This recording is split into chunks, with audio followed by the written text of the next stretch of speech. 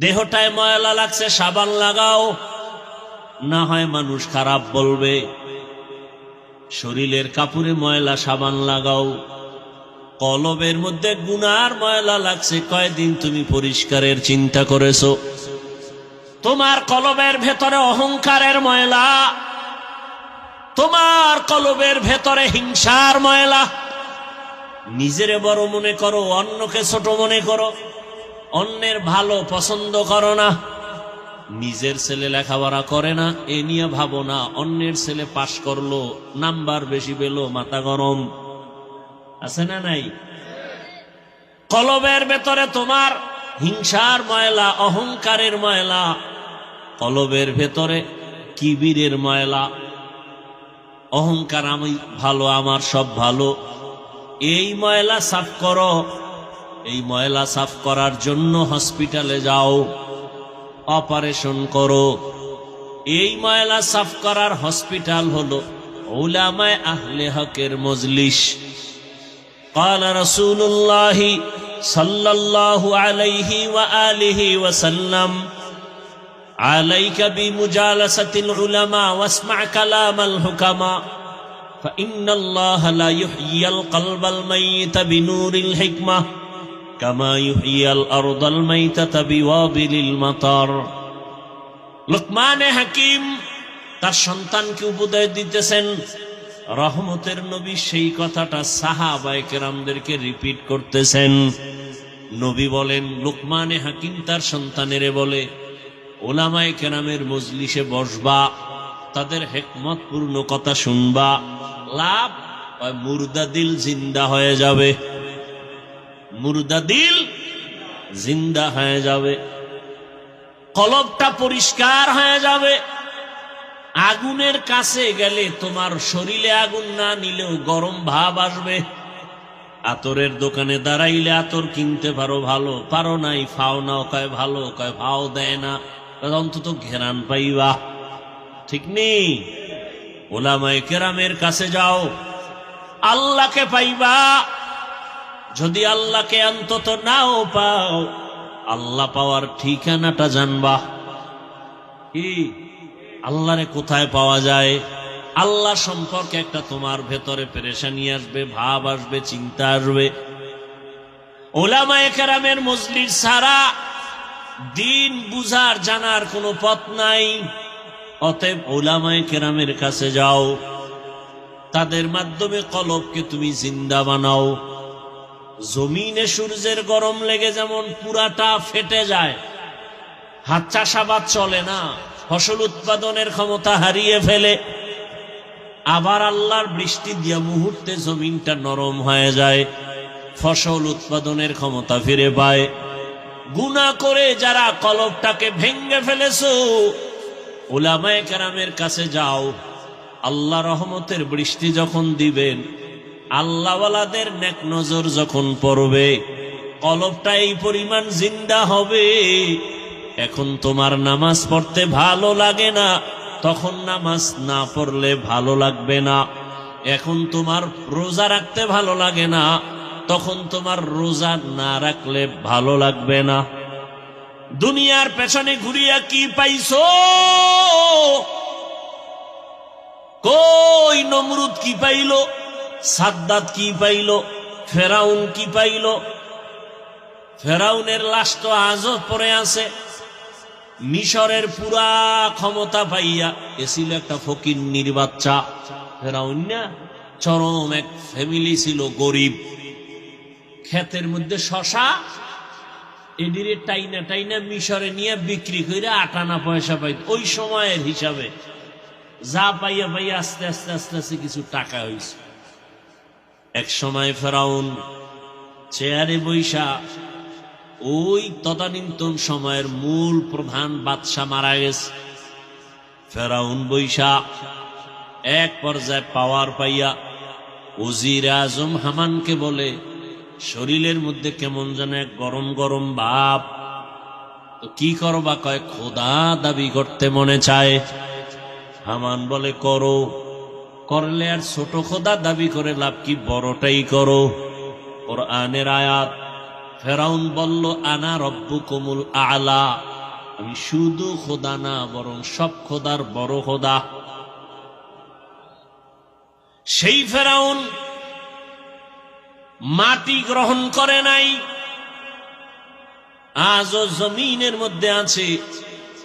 কই গাদ্দাফি, কই সাদ্দাম, চোখের সামনের গুলো বলতেছি, কই চোখের সামনে সব শেষ।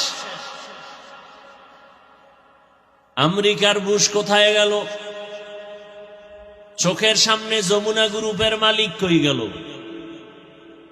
মহামারী করোনায় আক্রান্ত হয়ে গেল, ডাক্তারকে বলে কত হাজার কোটি টাকা চাও স্পেশাল ফ্লাইটে আমাকে সিঙ্গাপুরে নাও। টাকা দিতে চাইলো কিন্তু কেউ দেহর মধ্যে রুহুটা ফিরায় দিতে আর পারল না। সাদা কাফনের প্যাকেট হয়ে চলে গেল। কই বিল্ডিংওয়ালা? বিল্ডিং পড়ে আছে, বিল্ডিংওয়ালা নাই। দুনিয়া দুনিয়া যারা করো, কত যুবক চোখের সামনে হঠাৎ বলে বুকে ব্যথা, ধইরা দেখে নাই। এক যুবক সন্তান এলাকায় সবাই তারে ভালো জানে, সিঙ্গাপুরে যাবে, ভিসাও হইছে, কয়েক মাসের মধ্যেই চলে যাবে, ফ্লাইট আসবে, ভিসা হয়ে গেছে। আদরের সন্তান, কয়েকদিন আগের ঘটনা, সকাল 8টা-9টায় বলে আম্মু আমি একটু দোকানে যাই। কেন? বলে আমার বন্ধু ডাকছে, একটু চা পান করবে, একটু চা খাই আসি। তো মোটর বাইক নিয়ে রওনা হয়েছে, এমন ভাবে অ্যাক্সিডেন্ট হয়ে গেল, জায়গায় শেষ। সিঙ্গাপুরের ভিসাও রেডি, কিন্তু কবরের ভিসা যাচ্ছে কে জানে। বন্ধুর সাথে আর দেখাও হলো না। কি পরিমাণ যুবক বাইক অ্যাক্সিডেন্টে মরে যায়, ওটি তো আর বুড়ারা উঠে না। ওই মরণস্ত্র যুবকদের, বাইক চালায় যারা, এটা একটা নতুন মরণস্ত্র। এটা হলো ডাইরেক্ট, আর ইনডাইরেক্ট মরণস্ত্রের নাম মোবাইল। রহমতের নবী বলেন মানুষের মধ্যে যে কলব আছে এটা গোশতের একটা টুকরা। এই টুকরাটা ভালো থাকলে পুরা বডি ভালো, ভেতর বাহির ভালো। আর এই টুকরা যখন খারাপ হয়ে যায়, ভেতর বাহির পুরাটা খারাপ। ওই টুকরার নাম কলব। রহমতের নবী বলেন মা মিন মাউলুদিন ইল্লা ইউলাদু আলাল ফিতরাহ। জমিনে যখন কোন সন্তান আসে, তার কলবটা থাকে আয়নার মতো স্বচ্ছ। ফাআবাওয়াহু ইউহাব্বিদানিহি আও ইউনাসসিরানিহি আও ইউমাজ্জিসানিহি ইলা আখিরিল হাদিস। নবী বলেন মা বাবা ওই সন্তানের অন্তরটাকে নষ্ট বানায়, মূর্তি পূজারি বানায় মা বাপ, অগ্নি পূজারি বানায়, গায়রুল্লাহর গোলাম বানায় মা বাবা।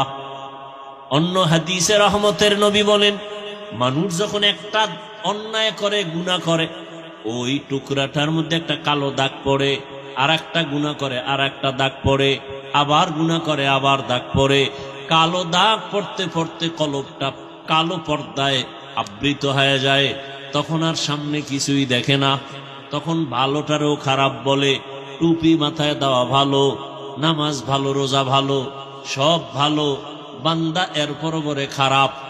এই যে বৃষ্টি চলে, যারা টিনের ঘরে ঘুমায়, কি মজার আওয়াজ। এখন কয় যে মজা তো লাগে এক মজা, আর এক মজা খাওনের কি বলে খিচুড়ি পাকাও গরুর গোশত দিয়া। কি দিয়া বলেন না কেন?